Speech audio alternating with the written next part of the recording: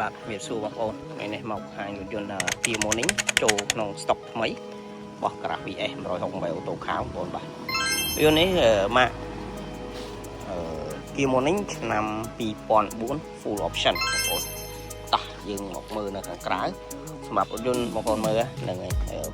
ខ្ញុំរៀបចំរួចរាល់ជាស្រេចហើយឡើងស្គៀងគុជដូរស្បកស្គៀងដាក់លេវស្លាកលេខអីអែមរួចស្រេចហើយស្បកកង់នៅ70% ហ្នឹងហើយយ៉ាន់ចាស់គេលេងមកអែមហើយស្រេចរថយន្តឯកសារគ្រប់បងប្អូនបាទហ្នឹងហើយបាក់លេខបាត់ដំបងបងប្អូន 80000 ហ្នឹងហើយ GA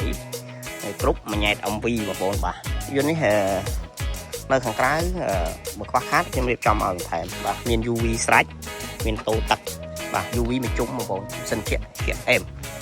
អញ្ចឹងម៉ែបងប្អូនមានតម្រូវការយករថយន្តប្រភេទ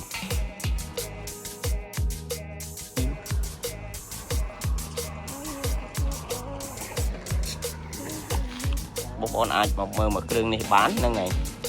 សម្រាប់រថយន្តមួយគ្រឿងនេះបងប្អូនបាទហ្នឹងហើយមាននេះខាងក្រោយ SLX បងប្អូនបាទចេះអូខេហ្នឹងហើយមើលមកជុំបាទហ្នឹងហើយយើងរៀបចំឆ្នាំខ្លះហើយហ្នឹងហើយ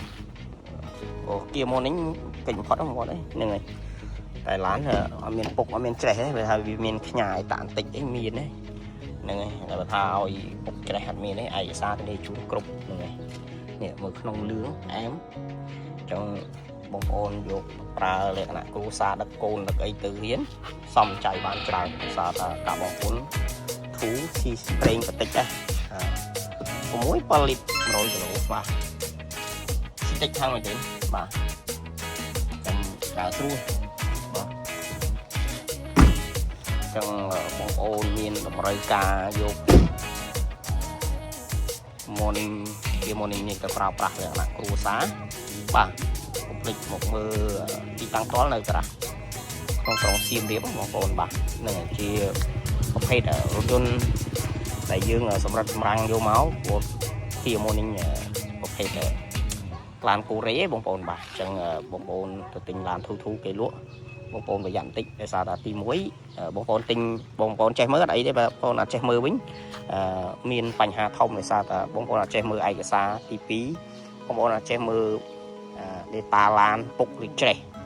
បងប្អូនឃើញបាញ់ថ្នាំស្អាតដែរប៉ុន្តែប្រភេទឡានច្រេះឬឡានពុកអញ្ចឹងមានបញ្ហាច្រើនបងប្អូនចាបងប្អូនអត់ចេះទេហ្នឹងហើយបងប្អូនសុកចិត្តរោការ៉ាស់ដែលទុកចិត្តមិនបាច់ទិញកន្លែងខ្ញុំបានដែរបងប្អូនដើររោការ៉ាស់ដែលទុកចិត្តមានទំនុកចិត្ត